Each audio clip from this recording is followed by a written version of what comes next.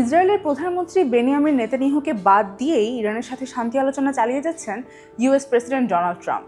New York টাইমসের এক প্রতিবেদনে এমন তথ্যই জানা গেছে।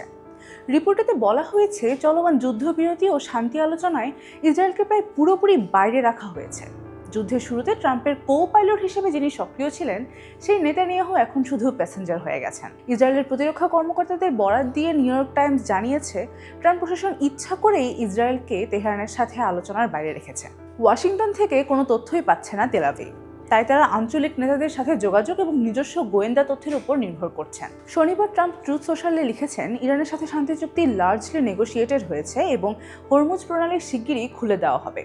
তিনি সৌদি আরব, সংযুক্ত আরব আমিরাত, কাতার, পাকিস্তান সহ বিভিন্ন দেশের নেতাদের সাথে কথা বলেছেন। নেতানিয়াহুর সাথে কথা হলেও মূল আলোচনায় ইসরায়েলের ভূমিকা নেই বললেই চলে। নিউ ইয়র্ক টাইমসের বিশ্লেষণে বলা হয়েছে, যুদ্ধের প্রতি ইসরায়েলের আশাবাদী দৃষ্টিভঙ্গি এবং ট্রাম্পের শান্তি চুক্তির প্রতি আগ্রহের মধ্যে মতপার্থক্য তৈরি হয়েছে। ট্রাম্প দ্রুত যুদ্ধ শেষ করতে চান, যেখানে নেতানিয়াহু আরও কঠোর অবস্থানে থাকতে চাইছেন। ইরান উচ্চ সমৃদ্ধ ইউরেনিয়ামের মজুত কমানোর বিষয়ে মৌলিকভাবে রাজি হয়েছে বলে মার্কিন কর্মকর্তারা জানিয়েছেন, তবে বিস্তারিত এখনও চূড়ান্ত হয়নি। নিউ ইয়র্ক টাইমস বলছে, এই উন্নয়ন ইসরায়েলের জন্য বড় ধরনের কূটনৈতিক ধাক্কা।